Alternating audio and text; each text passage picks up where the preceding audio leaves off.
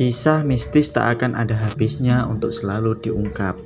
Kapan dan tempat manapun tidak menutup kemungkinan akan ada saja kejadian horor dan mistis. Seperti cerita mistis kali ini yang berasal dari sebuah pesantren yang terletak di daerah Jawa Barat. Pesantren yang identik penuh dengan nuansa keagamaan. Ternyata terdapat juga kisah mistis yang menarik untuk diceritakan. Kisah ini berawal dari dua sahabat yang masuk pesantren pada tahun 1987 silam. Mereka memutuskan jalur jenjang pendidikannya untuk menimba ilmu di pesantren. Dua sahabat itu sebut saja namanya Ridho dan Ilmi. Dalam cerita mistis ini, Ridho lebih dulu masuk pesantren sejak SD. Sedangkan Ilmi masuk pesantren di tempat Ridho saat SMA. Diketahui Ilmi masuk pesantren karena ia pindah sekolah dari SMA formal.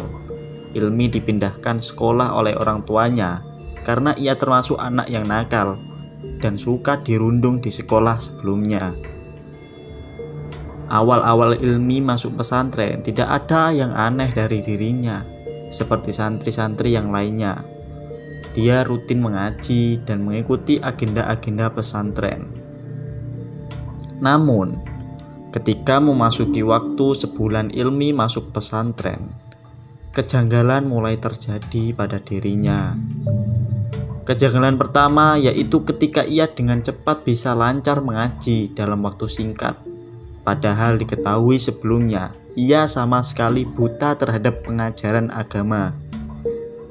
Apalagi bisa mengaji. Ia tak tahu huruf hijaiyah sebelumnya. Kejanggalan yang kedua adalah ketika Ilmi jika makan tidak seperti biasanya seperti santri-santri yang lain.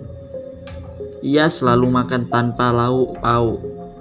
Ilmi hanya makan nasi putih semata. Jika ditanya, Ilmi selalu beralasan sedang tidak enak badan. Kejanggalan dari diri Ilmi selanjutnya adalah ia selalu keluar pesantren secara sembunyi-sembunyi saat tengah malam. Hal itu sempat diketahui Ridho yang sudah sabar dengan kejanggalan Ilmi sebelum-sebelumnya.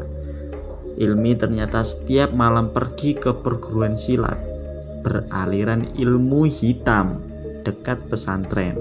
Melihat keanehan yang terjadi dalam diri Ilmi, Ridho putuskan untuk melapor hal tersebut kepada ustadz pemilik pesantren. Mendengar hal itu, ustadz pemilik pesantren menugaskan Ridho secara khusus untuk membuntuti Ilmi jika ia pergi keluar malam. Suatu malam, Ilmi pun keluar pesantren dibuntuti Ridho. Ilmi didapati Ridho terlihat masuk ke dalam hutan yang dekat dengan perkampungan warga di lingkungan pesantren. Ilmi membawa kantung plastik hitam, mengendap-endap dengan hati-hati memasuki hutan. Ridho terus membuntuti Ilmi sambil menjaga jarak. Tiba-tiba, Ilmi berhenti di tengah hutan dengan pohon lebat. Ia duduk bersila sambil mulutnya komat-kamit, entah menghafal apa saksi Ridho. Tak lama berselang, Ridho saksikan Ilmi didekati makhluk yang aneh. Tubuhnya tinggi besar, bertelanjang dada. Namun aneh dan mengerikannya ketika melihat kepala makhluk itu. Entah itu sebagai jin atau siluman. Kepala makhluk itu berkepala hewan babi, walaupun perawakannya seperti manusia. Ukuran kepala makhluk itu tidak biasa. Kepala dan mulutnya lebih besar dari badannya. Ketika makhluk itu bertambah makin banyak dan bertelanjang bulat di hadapan Ilmi, mengajak sholat si Ilmi di tengah-tengah hutan dengan bertelanjang bulat secara berjamaah. Menyaksikan hal itu, Ridho kabur dan melaporkan kejadian yang ia saksikan kepada ustadz pemilik pesantren. Esokan harinya secara pribadi menanyakan hal tersebut kepada Ilmi. Ilmi melakukan itu semua diakuinya sebagai upaya bentuk balas dendam. Ilmi ingin punya ilmu kebal terhadap senjata tajam dan jago dalam silat untuk bisa membalaskan dendam terhadap orang-orang yang telah merundungnya di sekolah ilmi yang sebelumnya. Mengetahui niat jelek yang ada pada Ilmi, Ustadz pun meruqyah Ilmi. Sayangnya ruqyah Ustadz tidak berhasil. Hafalan doa-doa Ustadz malah dibalas.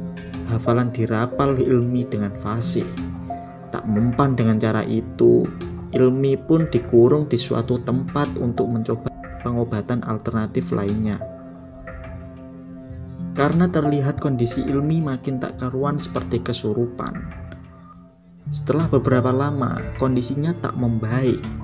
Ilmi seperti tidak bisa dilepaskan dari pengaruh ilmu hitam ini. Bahkan, makin parah, walaupun sudah dicoba alternatif pengobatan yang lain. Makin hari, Ilmi makin seperti orang gila. Ia tidak mau makan makanan yang dikasih.